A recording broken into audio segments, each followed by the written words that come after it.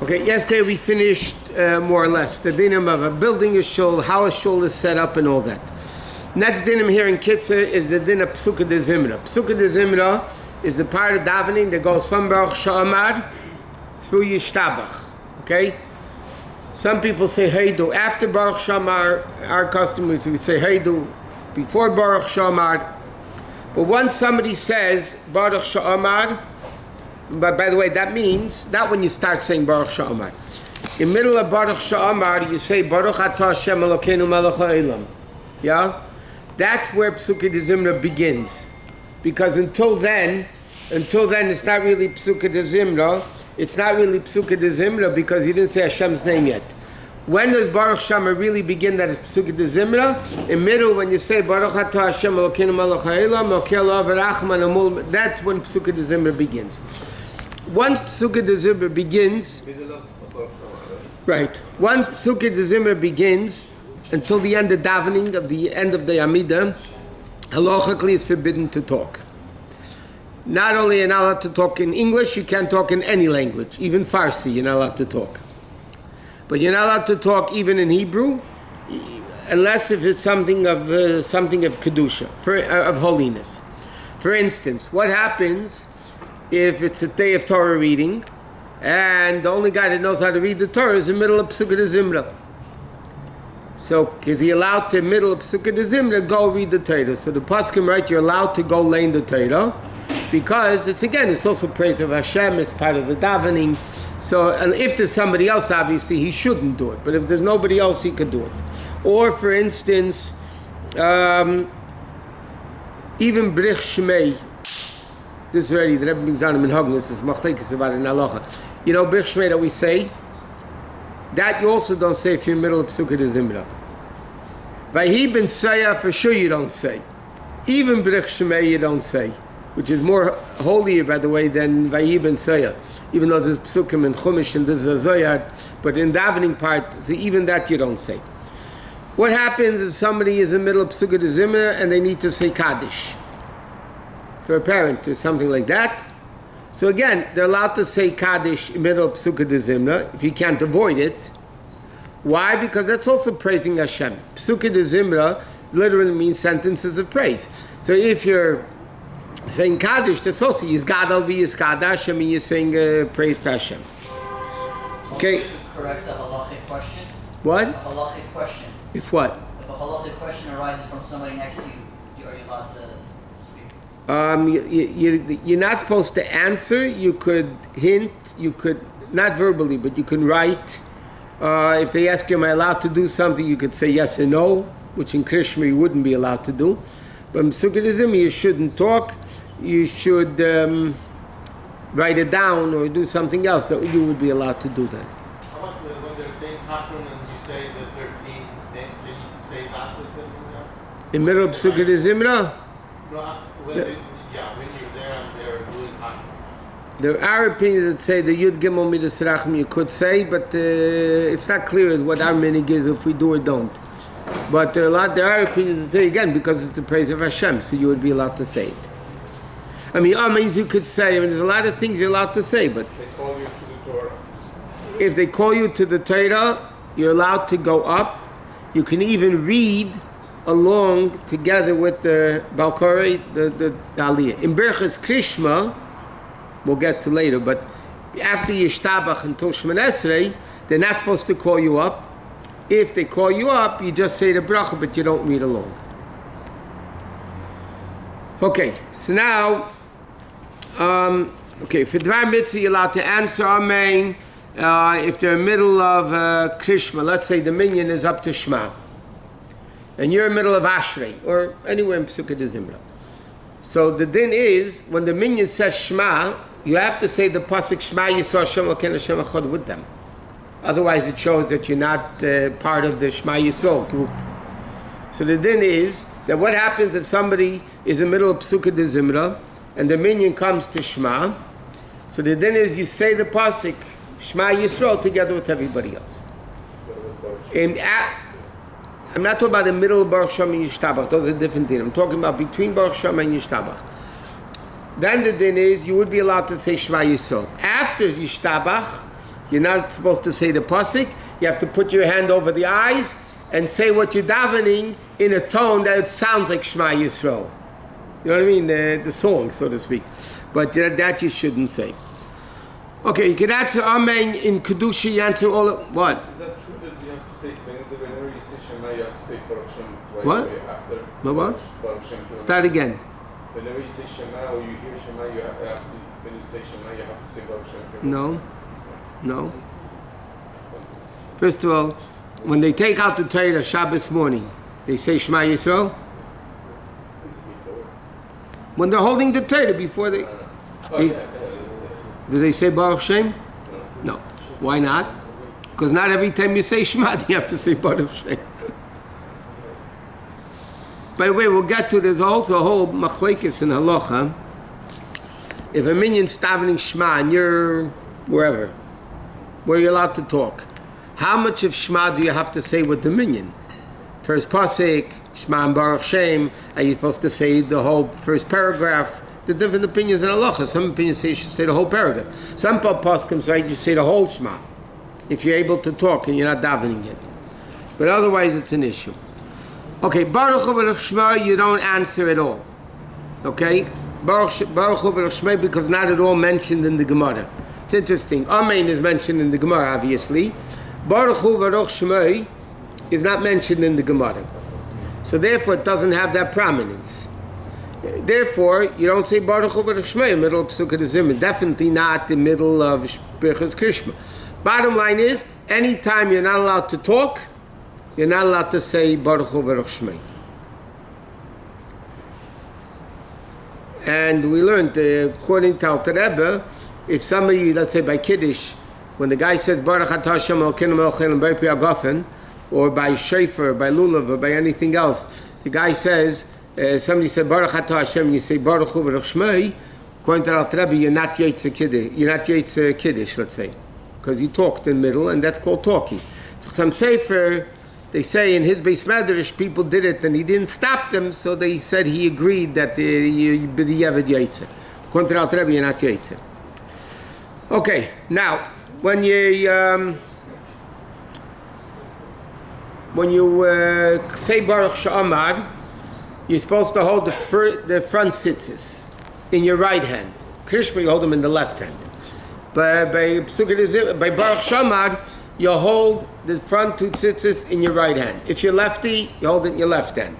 But like this, you hold it in your right hand. What's unique about Pesukei Dezimra? By Baruch Sha'amar, it doesn't even bring down, but Alter Rebbe brings down that Baruch Sha'amar was a letter that fell down from heaven in the days of Anshe Knesset Hagdolah, and there are 87 words in it, which is the union of Paz, Reisha, Kes, and Paz. It's a very holy thing, Baruch Sha'amar. So therefore, they instituted it into the text of Tefillah. Anshe Knesset Hagdolah instituted it into the text of Tefillah, and because of its importance, you have to stand when you say Baruch Sha'amar, and you hold the front two tzitzis together. Then when you finish, you say the meaning is you put it over your eyes and then you kiss the tzitzis like you do. When you say Hashem Yichud beforehand, you say Yud Kei B'Vav Kei, or You say Yud Kei B'Vav Kei. And by the way, our custom is that we say it quietly. Shem Yichud we don't say it out loud, we say it quietly. And B'chlal, any Aramaic part of davening, whoever listened to the Rebbe daven, any part of davening that was Aramaic, the Rebbe said quietly. For instance, the Rebbe would be davening for the Yomit, so you heard what he was saying. Yeah, he said, you already say Kolaf Seyaretz. He was silent, and then he started Baruch Sha'amar. So he said Hashem Yichud quietly.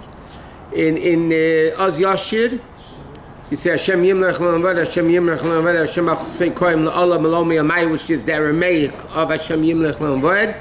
The Rebbe said it quietly.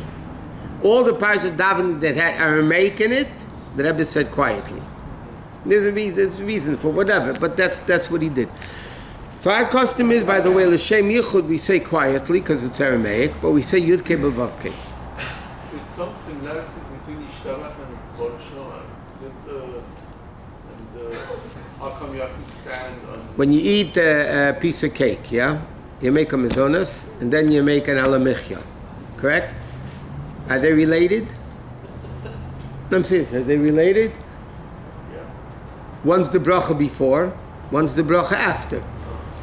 So it says in Halacha, Pesukei Baruch She'amar is the bracha before Pesukei Dezimra.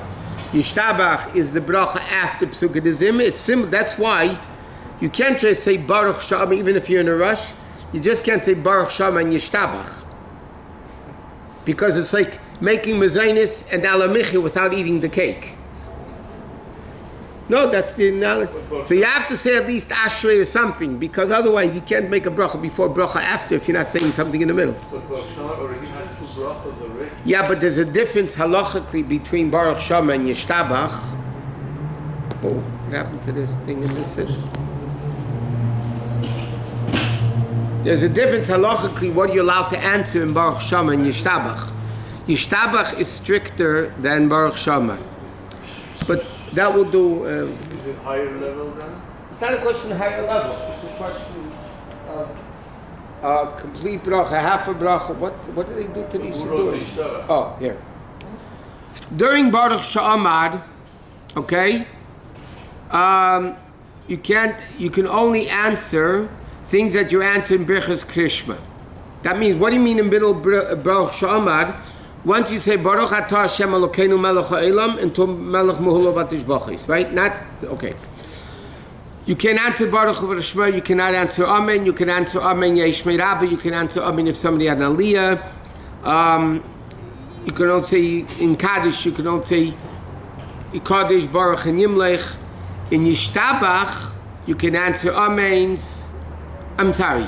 No, sorry. Yishtabach is even strict. I said before. Yishtabach is even stricter than Baruch She'amar. You don't answer anything. No amens, no amen yeshmei rabba, no nothing. Huh? No, but you can't answer Baruch in the middle of Yishtabach. We're supposed to do it all together. Some are ahead with the way, or it's better to say Ishtabach together with the meaning. It's better to daven from the first word until the last word of davening to work together with the minyan.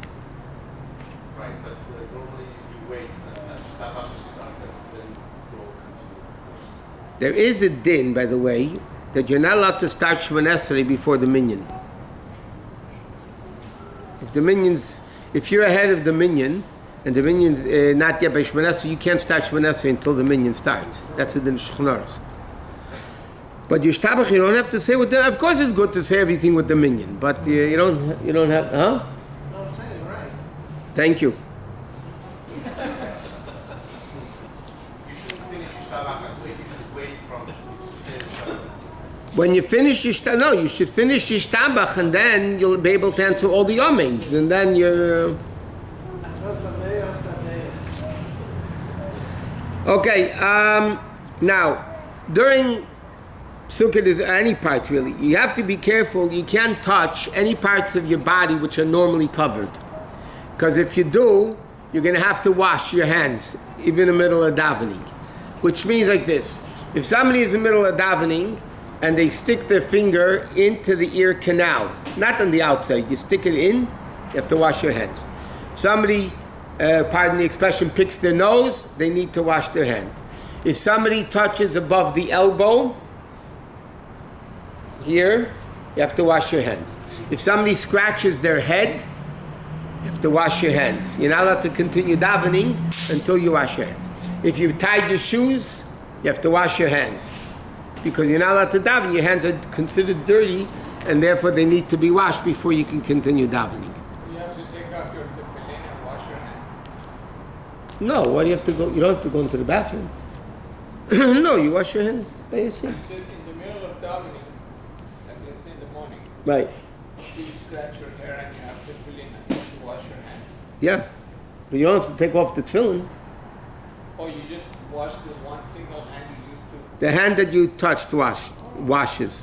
Gets washed. And now if you scratch with both hands, then you have to wash. Now the question is somebody who doesn't have any hair. Hello? Now the question is somebody who's bald completely. Do they have to what? Do they have to wash their hands when they touch their bald scalp? Because by them it's open. It's not covered by the hair. By the way, if you just go like this, you don't scratch, then you're just touching the hair. Then you don't have to wash your hands. Or what if you go like with your knuckles? You have to wash your knuckles. If you scratch the hair, then you're touching the scalp. Scalp is normally covered. Right? If you go like with your knuckles, If you're touching the scalp, you have to wash your hand. but you have a lot of hair over it. Huh? But you have hair over it. That's why if you scratch the head, you're touching below the hair. If you scratch it through the yarmulke, let's say, then it's not a problem. Or above or on your hair. If you don't touch the scalp, you just go like this. You're not touching the scalp, you're touching the hair, so then you don't have to wash your hands. What's the big deal about your scalp? Well, it's any place which is normally covered is considered mekaymes hametunofes, which is called dirty places. And therefore, if you're touching in the middle of davening, you have to wash your hands. Okay.